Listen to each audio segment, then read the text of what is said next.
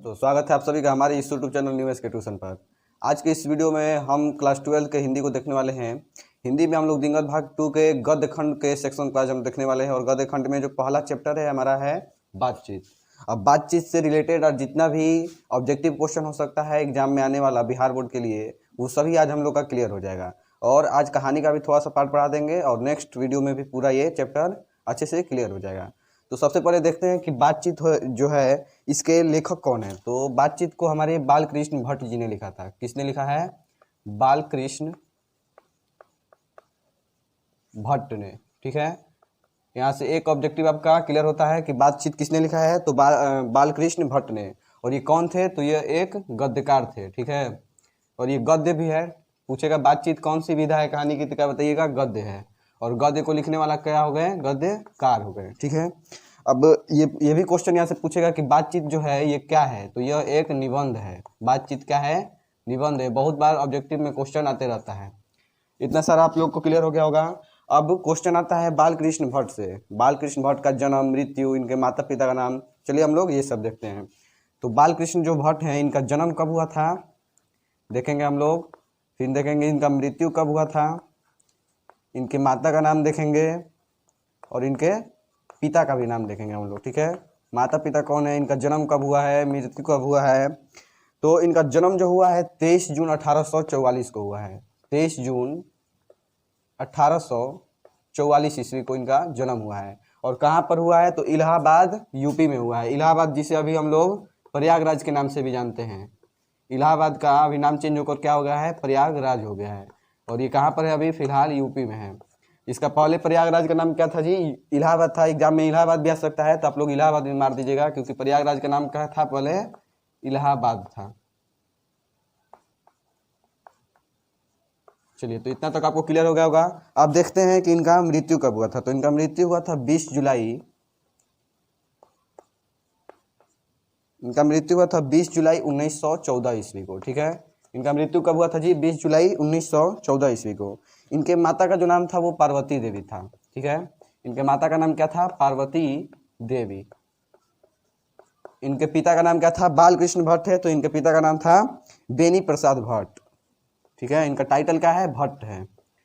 इनके पिताजी का नाम है बेनी प्रसाद भट्ट। तो आप लोग बालकृष्ण भट्ट से रिलेटेड जितना भी क्वेश्चन है आप लोग समझ गए होंगे। और ये पूछेगा किस युग के थे, तो ये भी बता दीजिएगा ये भारतेंदु युग के थे। ये सब आपका एग्जाम में क्वेश्चन आता है, तो आप लोग ये सब पहले याद रखिएगा ऑब्जेक्टिव। ये किस युग के थे जी? भारतेंदु युग के थे। ठीक है, भारतेंदु युग के ये कवि थे।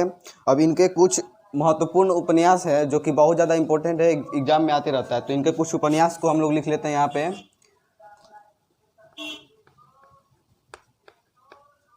किताब में दिया हुआ है बहुत सारा, हम लोग कुछ महत्वपूर्ण उपन्यास के बारे में इनको देखने वाले हैं। उसमें सबसे पहला है रहस्य कथा। ठीक है, रहस्य कथा, रहस्य कथा है। उसके बाद है नूतन ब्रह्मचारी। नूतन ब्रह्मचारी आप लोगों को दिख रहा होगा, एक बार ध्यान से देख लीजिए। इनका उपन्यास जो है रहस्य कथा है, नूतन ब्रह्मचारी है, और है पद्मावती भी है इनका। पद्मावती जो कि एग्जाम में पिछले बार भी आया हुआ था, पद्मावती। उसके बाद है 100 अजान के और एक सुजान के। ठीक है, 100 अजान एक सुजान। तो ये हम लोग का भी बालकृष्ण भट्ट का यानी कि लेखक का परिचय हो गया। ठीक है, आप लोग लेखक का परिचय अच्छे से समझ गए होंगे।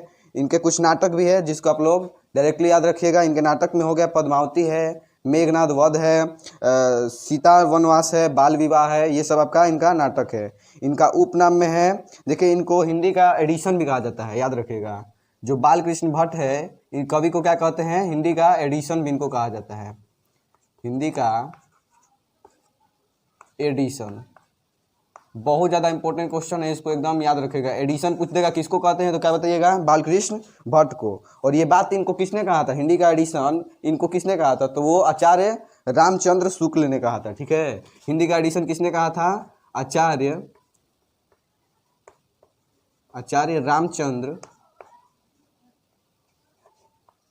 शुक्ल ने कहा था, ठीक है, शुक्ल। तो यहाँ से क्या क्वेश्चन आएगा आपका? क्वेश्चन आएगा कि बालकृष्ण भट्ट को हिंदी का एडिशन किसने कहा था, या इसका उपाधि किसने दिया था? क्या बताइएगा? रामचंद्र शुक्ल ने। और ये सब जितना भी ऑब्जेक्टिव क्वेश्चन बन सकता है आप लोग अच्छे से क्लियर कर लिए होंगे। अब हम लोग चलते हैं कहानी पर, ठीक है। हिंदी का कहानी जो है हम लोग का बातचीत निबंध, इसमें क्या कह रहा है हम लोग देखते हैं। तो बातचीत में देखिए हमारा कहानी क्या कर रहा है। अब हम लोग कहानी को पढ़ते हैं, इसमें जो भी इंपॉर्टेंट पॉइंट होगा आपको बोर्ड पर लिखवा भी देंगे, और आप लोग कहानी को ध्यान से सुनते जाइएगा, ठीक है। तो कह रहा है कहानी में, इसे तो सभी स्वीकार करेंगे कि अनेक प्रकार की शक्तियाँ जो वरदान की भांति ईश्वर ने मनुष्य को दी है, उनमें वाक शक्ति भी एक है। मतलब कह रहे हैं कहानी में, बालकृष्ण भट्ट जी इस कहानी से कहना चाह रहे हैं कि हमारे लिए ईश्वर के द्वारा दी गई एक बहुत बड़ी वरदान है हमारा, क्या चीज़? वाक शक्ति। वाक मतलब क्या होता है? बोल सकते हैं, जिसको हम लोग बोलना कहते हैं। तो वाक शक्ति भी हम लोग को भगवान ने एक वरदान के रूप में दिया है। इसके मदद से हम लोग बहुत सारा काम कर सकते हैं। इसके मदद से हम लोग क्या क्या कर सकते हैं जी? एक दूसरे से बातचीत कर सकते हैं। बातचीत करेंगे तो हम लोग एक दूसरे के मन की बात को जान सकेंगे। अब आगे कह रहा है कि यदि मनुष्य की और इंद्रियां अपनी अपनी शक्तियों में अविकल रहती और वाक शक्ति मनुष्य में न होती, तो हम नहीं जानते कि इस गूंगी सृष्टि का क्या हाल होता। मतलब कह रहे हैं कि अगर भगवान हमें वाक शक्ति यानी बोलने का शक्ति ही नहीं देते, तो इस गूंगी सृष्टि का क्या होता, इसका हम लोग अंदाजा भी नहीं कर सकते हैं। अब कह रहा है कि सब लोग लुंज पुंज से हो मानो कोने में बैठा दिए गए होते, और जो कुछ सुख दुख का हम अनुभव करते वो दूसरी इंद्रियों के द्वारा करते। उसे अवाक होने के कारण आपस में एक दूसरे से कुछ कह नहीं सकते थे। मतलब कि एक दूसरे से कुछ बोल सुन नहीं सकते थे। अगर हम लोग में बोल नहीं सकते हैं तो कुछ ऐसे ही इशारा से काम करते केवल। और आप लोग सोच सकते हैं कि अगर ये आवाज़, ये धरती पर कोई बोल नहीं सकता, तो हम लोग कैसे एक दूसरे के बातचीत करते, कैसे एक दूसरे की बातों को समझ सकते? हाँ, अगर बातचीत नहीं करेंगे तो हम लोग को खाना मांगना रहेगा तो केवल इस तरह इशारा से हम लोग करेंगे। हाँ, लेकिन अगर बातचीत हम लोग करते हैं तो बोल देते हैं कि खाना लाइए, पानी लाइए, पढ़िए लिखिए। हम लोग पढ़ा पा रहे हैं, कैसे? बोल रहे हैं तभी पढ़ा रहे हैं, नहीं तो बिना ये मुंह के ये कैसे हम लोग बोल पाते? तो वाक शक्ति जो है हमें भगवान ने बहुत बड़ी एक वरदान के रूप में दिया हुआ है। यही हमारे कवि कहना चाहते हैं। कवि कह रहे हैं कि इस वाक शक्ति के अनेकों फायदों में स्पीच, वक्तृता और बातचीत दोनों हैं। स्पीच मतलब आप जानते हैं, स्पीच लोग स्टेज पर जाकर देते हैं। स्पीच मतलब भाषण। तो वाक शक्ति में हम लोग स्पीच भी दे सकते हैं, एक दूसरे को बता भी सकते हैं कुछ किसी चीज़ के बारे में, ठीक है। अब कह रहा है किंतु स्पीच से बातचीत का ढंग ही निराला है। स्पीच जो है ये बातचीत का रंग ही क्या है? निराला है। बातचीत से वक्ता को नाज नखरा जाहिर करने का मौका नहीं दिया जाता है कि वह बड़े अंदाज से गिन गिन कर पाँव रखता है और पुलपीठ पर जा खड़ा हो और पुण्यावाचन का नांदी पाठ की भांति घड़ियों तक साहबान मजलिस, चेयरमैन, लेडीज एंड जेंटिलमैन की बहुत सी स्तुति करवाए और तब किसी तरह वक्तृता पर आरंभ करे। मतलब कह रहा है कि स्पीच वगैरह हम लोग देते हैं स्टेज पर, तो लेडीज एंड जेंटलमैन ये सब हम लोग कुछ कुछ बोलते रहते हैं। तो यही बात कह रहे हैं। फिर कह रहे हैं कि जहाँ कोई मर्म या नोक की चुटीली बात वक्ता महाशय के मुख से निकल जाती है कि तालियों की ध्वनि से कमरा गूंज उठता है। मतलब स्पीच बोलते हैं तो हम लोग कुछ अच्छा बात भी बोल देते हैं उसी में, जिससे क्या होता है जी? तालियों की गड़गड़ाहट होने लगती है। अब कह रहा है इसीलिए कवि कह रहे हैं कि जो स्पीच है ये बातचीत का सबसे निराला ढंग है। कह रहे हैं कि इसलिए वक्ता को खामख्वाह ढूंढकर कोई ऐसा मौका अपनी वक्तृता में लाना ही पड़ता है जिससे करतल ध्वनि अवश्य हो। मतलब कि कुछ करतल ध्वनि हम लोग को लाना चाहिए अपने वक्तृता में, मतलब बोलने में। अब नेक्स्ट हमारा कह रहा है लाइन कि वही हमारी साधारण बातचीत का कुछ ऐसा घरेलू ढंग है कि उसमें न करतल ध्वनि का कोई मौका है, न लोगों के कहे उड़ाने की कोई बात होती है। हम लोग घर पे अगर बातचीत करते हैं तो उसमें सामान्य बातचीत करते हैं, यही कह रहे हैं कवि। अब कह रहा है कि हम दो आदमी प्रेम पूर्वक संलाप कर रहे हैं, कोई चुटीली बात आ गई, हंस पड़े। अगर दो आदमी बातचीत करता है तो कोई चुटकुला वगैरह या कोई मजाक वाला बात आ जाता है तो लोग क्या करते हैं जी? हंस पड़ते हैं। बातचीत से ही नहीं ये सब हो रहा है, बात को ध्यान से समझिएगा। अब कह रहा है कि मुस्कुराहट से होठों का केवल फर्क उठना ही इस हंसी का अंतिम सीमा है। स्पीच का उद्देश्य सुनने वालों के मन में जोश और उत्साह पैदा है। मतलब स्पीच अगर कोई देता है तो इससे मन में क्या आ जाता है जी? जोश हो सकता है, उत्साह हो सकता है, ठीक है। लोगों को हम लोग खुश भी कर सकते हैं, दुखी भी कर सकते हैं। स्पीच में बहुत चीज़ भरा होता है, ठीक है। स्पीच से लोग देखते हैं लोगों के मन में जोश पैदा कर देते हैं, अलग अलग जगहों पे भाषण होते रहता है। अब कहता है कि जिसको बातचीत करने की लत पड़ जाती है, इसके पीछे खाना पीना भी आदमी छोड़ देता है। जिसको बातचीत मतलब आदमी देखते हैं कि औरतें सब बहुत ज़्यादा बातचीत करती है, अपना खाना पीना बनाना छोड़ देती हैं, खाना छोड़ देती हैं, लेकिन बैठकर आपस में बातचीत करते रहती है। तो बातचीत यही है, इसमें लोग अपना खाना पीना को भी भूल जाते हैं। अब कहता है कि रॉबिन्सन क्रूसो, हाँ यह बात ध्यान से समझिएगा, यहाँ पे इससे क्वेश्चन हमारा बनता है। कह रहा है कि रॉबिन्सन क्रूसो का किस्सा बहुत लोगों ने पढ़ा होगा कि वो 16 वर्षों तक मनुष्य मुख देखने को भी नहीं मिला। कुत्ता बिल्लियों आदि जानवरों के बीच में रहकर 16 वर्ष के उपरांत उसने फ्राइडे के मुख से एक बात सुनी। जो हमारे एक रॉबिन्सन क्रूसो थे, ये जंगल में रहते थे, याद रखिएगा। रॉबिन्सन, जो जो इम्पोर्टेंट पॉइंट होगा उसको हम बोर्ड पर लिखते जाएंगे, आप लोग एकदम क्लियर कर लेंगे चैप्टर को। रॉबिन्सन क्रूसो एक हमारे जंगल में रहने वाले आदमी थे, जो कि 16 वर्ष तक के आयु में, ठीक है, 16 वर्ष तक के आयु में जंगल तक रहे। और 16 वर्ष के बाद में एक आदमी आए और उनके नाम से वो कुछ आवाज़ सुने। मनुष्यों का वो अभी 16 वर्ष तक आवाज़ ही नहीं सुने थे, वो केवल जानवरों के संग रहते थे जंगल में, और जानवरों का केवल आवाज़ जानते थे, कुत्ता बिल्ली ये सब का। अब वो 16 वर्ष के बाद में एक फ्राइडे साहब आए, ठीक है। ये फ्राइडे का सबसे पहले अपने ज़िंदगी में सबसे पहले फ्राइडे का आवाज़ सुने। मनुष्य में सबसे पहला मनुष्य कौन था इनके लिए? फ्राइडे था। इन्हीं का आवाज़ ये सबसे पहले सुने थे, याद रखिएगा। ये सोच लीजिए कैसे ये 16 वर्षों तक कुत्ता जानवर के पास, मतलब जानवरों के पास में रहकर उनका आवाज़ को बोलते होंगे, उन्हीं की आवाज़ सुनते होंगे केवल। और 16 वर्ष के जब हो गए तब जाके एक आदमी आए इनके पास फ्राइडे, उनका आवाज़ ये सुने हैं। यद्यपि उसने अपनी जंगली बोली में कहा था, पर उस समय रॉबिन्सन को ऐसा आनंद हुआ मानो उसने नए सिरे से फिर से आदमी को चला हुआ पाया, ठीक है। अब कहता है इससे सिद्ध होता है कि मनुष्य की वाक शक्ति में कहाँ तक लुभा देने की ताकत है। मतलब कि ये उतने सालों तक जानवरों की भाषा सुनते थे, लेकिन जब वो मनुष्य का ये फ्राइडे का आवाज़ सुने तो उनको बहुत ज़्यादा अच्छा लगा। तो इससे आप लोग ये सोच सकते हैं कि जो मनुष्यों का आवाज़ है वो कितना ज़्यादा लुभा देने का होता है, लोगों को आकर्षित करने का होता है, ठीक है। अब कहता है कि इससे सिद्ध होता है कि मनुष्यों की जो शक्ति है, वाक शक्ति, वो कहाँ तक लुभा देने की ताकत है। जिनसे केवल पत्र व्यवहार है, कभी एक बार भी साक्षात्कार नहीं हुआ, उन्हें अपने प्रेमी से बात करने की कितनी लालसा रहती है। अपना आभ्यंतरिक भाव दूसरे पर प्रकट करना और उसका आशय आप ग्रहण कर लेना शब्दों के द्वारा ही हो सकता है। अब एक बात और ध्यान से सुनिएगा। कह रहा है कि सच है, जब तक मनुष्य बोलता नहीं है तब तक उसका गुण दोष प्रकट नहीं होता है। जब तक मनुष्य बोलता नहीं है तब तक उसका क्या नहीं प्रकट होता है जी? गुण या दोष उसका प्रकट नहीं होता है। कब नहीं प्रकट होता है? जब कोई मनुष्य बोलता नहीं है। तो बेन जॉनसन का यह भी कहना है, एक बेन जॉनसन साहब है, अब याद रखिएगा, ये भी एक क्वेश्चन आते रहता है हमारा एग्जाम में, 2 नंबर में भी इनका क्वेश्चन आता है। बेन जॉनसन क्या आता है क्वेश्चन, ध्यान दीजिएगा। कहता है कि बेन जॉनसन ने कहा है, क्या कहा है कि बोलने से ही मनुष्य के रूप का साक्षात्कार होता है। यही इनका यह एक धारणा है इनका कि जब बोलते हैं मनुष्य तभी उनके रूप का, मतलब उनके रूप के बारे में हम लोग को मालूम चलता है। क्वेश्चन आएगा कि बेन जॉनसन ने क्या कहा था बातचीत में, तो यही कहे हैं कि बोलने से ही मनुष्य के रूप का साक्षात्कार होता है। या उल्टा भी क्वेश्चन आएगा कि बोलने से ही मनुष्य के रूप का साक्षात्कार होता है। यह किसने कहा था? क्या कहा था? बेन जॉनसन ने, याद रहेगा। अब कहता है बहुत ही यह उचित जान पड़ता है, यह बात वाकई में बहुत ज़्यादा सही जान पड़ता है। बेन जॉनसन ये बात बिल्कुल सही कहे थे। अब कहता है इस बातचीत की सीमा 2 से लेकर वहाँ तक रखी जा सकती है जहाँ तक उनकी जमात, मीटिंग या सभा न समझ ली जाए।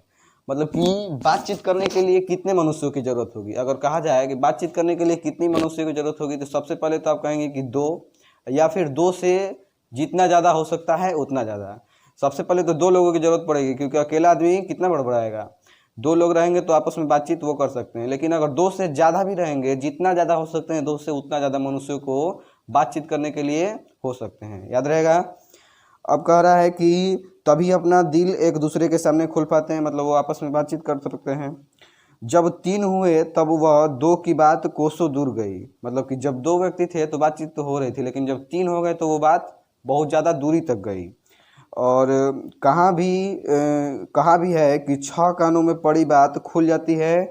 दूसरे की यह कि किसी तीसरे आदमी के आ जाते ही या तो वो दोनों अपने बातचीत से निरस्त हो बैठेंगे या उसे निपट मूर्ख अज्ञानी समझ मानेंगे। मतलब कि हम लोग कहते भी हैं घरों पे अगर आदमी बड़ा 2 व्यक्ति बात करता है तो उसमें तीसरा व्यक्ति को नहीं जाना चाहिए, क्योंकि अगर 3-4 व्यक्ति जाएगा तो एक दूसरे से वह दूसरे बात कहेगा, फिर वह भी व्यक्ति दूसरे व्यक्ति से बात करेगा, तो इससे बात जो है इधर उधर चली जाती है। तो कहा जाता है कि जो मनुष्य जब बातचीत करते हैं तो वहाँ पर तीसरा नहीं जाना चाहिए, यह बेकार समझा जाता है। उसको अज्ञानी भी लोग कह देते हैं, उसको मूर्ख कहते हैं, जो तीसरा व्यक्ति बीच में बोलने लगता है। याद रखिएगा, 2 व्यक्ति बातचीत कभी भी करेंगे तो बीच में वहाँ पे बोलना नहीं चाहिए। अब कहता है कि जैसे गर्म दूध और ठंडे पानी के 2 बर्तन पास पास साट के रखे जाते हैं तो एक का असर दूसरे में पहुंच जाता है, अर्थात दूध ठंडा हो जाता है और पानी गर्म हो जाता है। दूध जो है गर्म होता है लेकिन और पानी ठंडा होता है, उसको अगर पास पास में रखेंगे तो क्या हो जाता है जी, दूध ठंडा हो जाता है और पानी गर्म हो जाता है, मतलब कि एक दूसरे का असर चला गया। देखिए, दूध का एक बर्तन रखेंगे हम लोग और एक बर्तन रखेंगे पानी का। ये तो दूध जो है मान लीजिए गर्म रहेगा और ये पानी जो है ठंडा रहेगा, लेकिन अगर इसको पास पास में रखेंगे दोनों को तो क्या होगा, ये दूध जो है ये ठंडा हो जाएगा, कोल्ड हो जाएगा, और पानी जो है हॉट मतलब कि गर्म हो जाएगा। तो ये एक दूसरे में असर का आदान प्रदान हो जाता है, याद रखिएगा, एक दूसरे में इनका जो प्रकृति है वो आदान प्रदान हो जाता है। वैसे ही कह रहा है कि आदमी भी जब 2 आदमी पास में बैठे हों तो एक का गुप्त असर दूसरे पर पहुंच जाता है, चाहे एक दूसरे को देखे भी नहीं, तब बोलने को कौन कहे।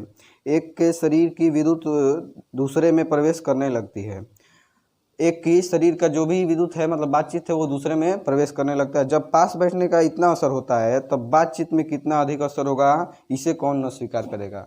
अब सोचिए, बात कह रहे हैं कि अगर पास में केवल बैठने से इतना असर हो जाता है तो अगर बातचीत आदमी करेगा तो कितना ज़्यादा एक दूसरे में मतलब असर चला जाएगा। अब कहता है कि अस्तु अब इस बात को 3 आदमियों के साथ देखना चाहिए। अब 2 आदमी पे हम लोग देखें, अब इसको हम लोग 3 आदमी पे अगर देखते हैं तो मानो एक त्रिकोण सा बन जाता है। 3 आदमी जब बैठता है एक दूसरे की बातचीत करेगा तो मानो एक त्रिकोण सा बन जाता है, और तीनों बातचीत मानो 3 कोण हैं और तीनों का मनोवृत्ति के प्रसरण की धारा मानो उस त्रिकोण की 3 रेखाएं हैं। गुपचुप असर तो उन तीनों में परस्पर होता ही है। जो बातचीत 3 में की गई हो वह मानो अंगूठी में नग सी जड़ जाती है। उपरांत जब 4 आदमी हुए तो बेत कलुफी को बिल्कुल स्थान नहीं रहता, खुल के बातें ना होंगी। अब देखिए, अगर 2 आदमी बातचीत करता है तो अपना खुल के बातचीत करता है। अब मान लीजिए एक आदमी और बढ़ गया तो 3 आदमी भी मान लीजिए अपने में बातचीत कर रहा है, लेकिन अब धीरे धीरे जब आदमी बढ़ने लगेंगे, 4 आदमी होंगे, तो वो जो बातचीत अपना खुल के कर रहे थे वो अब धीरे धीरे रोक कर बातचीत करेंगे। अपना जो कुछ राज वगैरह बता रहे होंगे वो उससे छुपाने की कोशिश करेंगे, तो बातचीत अब खुल के नहीं हो पाता है, ज़्यादा आदमी हो जाता है। तो यही बात कर रहे कभी। अब 4 आदमी जब हो जाएगा तो बातचीत खुल के नहीं हो पाएगी, तो जो कुछ बातचीत तो केवल राम रमायल कही जाएगी। मतलब अब राम रमायल थोड़ा मोड़ा बातचीत होगा, कैसे हो क्या हो यही सब बातचीत अब होगा, उसे हम संलाप नहीं कर सकते। अब मतलब कि 2 आदमी से जब ज़्यादा हुआ तो उसको हम लोग संलाप नहीं कहेंगे, बातचीत नहीं कहेंगे। इस बातचीत के अनेक भेद हैं। 2 बूढ़ी की बातचीत प्रायः जमाने की शिकायत पर हुआ करती है। देखिए, कह रहा है कि जब 2 बूढ़ी लोग बात कर रही हैं, बूढ़ी देखते हैं, बूढ़े व्यक्ति जब बातचीत करते हैं तो अपने बच्चों का या जमाना जो है उसका शिकायतें करते रहते हैं।